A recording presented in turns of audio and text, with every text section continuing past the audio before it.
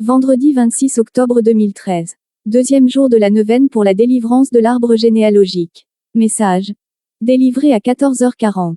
Participants. Nombre indéterminé de pèlerins présents. Message de Marie, mère de la charité chrétienne. Enfant, hier lorsque je vous ai vus si nombreux à faire ce chapelet de l'arbre généalogique, je n'ai pas pu m'empêcher de venir vers vous afin de vous faire ressentir l'amour que j'ai pour vous. Il est des situations où une mère peut se montrer fière de ses enfants et c'est ainsi que je suis, enfant, fier de vous. Fier, car vous avez compris l'importance de ce chapelet, fier de voir que non seulement vous le faites du plus profond de vos cœurs, mais aussi du plus profond de vos entrailles. Hier, je vous ai dit que déjà des branches de vos arbres se dénouaient et que j'avais déjà la joie de voir certains de vos ancêtres oubliés depuis des siècles, avoir enfin été entraînés par la lumière de mon Fils jusqu'à la porte du royaume des cieux.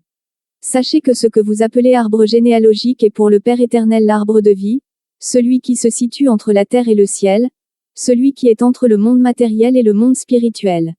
Il est un intermédiaire entre le ciel et la terre, il joint l'individuel et l'universel. Chaque famille, chaque clan sur terre, possède son arbre de vie. De ses racines, cet arbre de vie se nourrit en bas, de terre et d'eau et, de ses branches en haut, il se nourrit de l'air et de la lumière de mon Fils.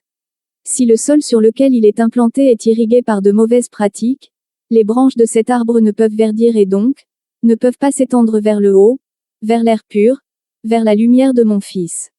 Cette terre par conséquent doit être purifiée, lavée de toute souillure pour qu'enfin, il puisse grandir tel le désir du Créateur. Ce n'est donc que par nos prières, par nos neuvaines, par la Sainte Eucharistie, par la purification de vos sols que vous en obtiendrez la guérison. Je vous aime, la mère du peuple noir. Hier, vendredi 25 octobre 2013, nous étions au deuxième jour de la neuvaine pour la délivrance de l'arbre généalogique. Marie, mère de la charité chrétienne, nous a déclaré être intervenue parce que son émotion était grande. Elle nous a déclaré, entre autres choses, que le chapelet de l'arbre généalogique est plus puissant que le chapelet des larmes de sang et le chapelet de Marie qui défait les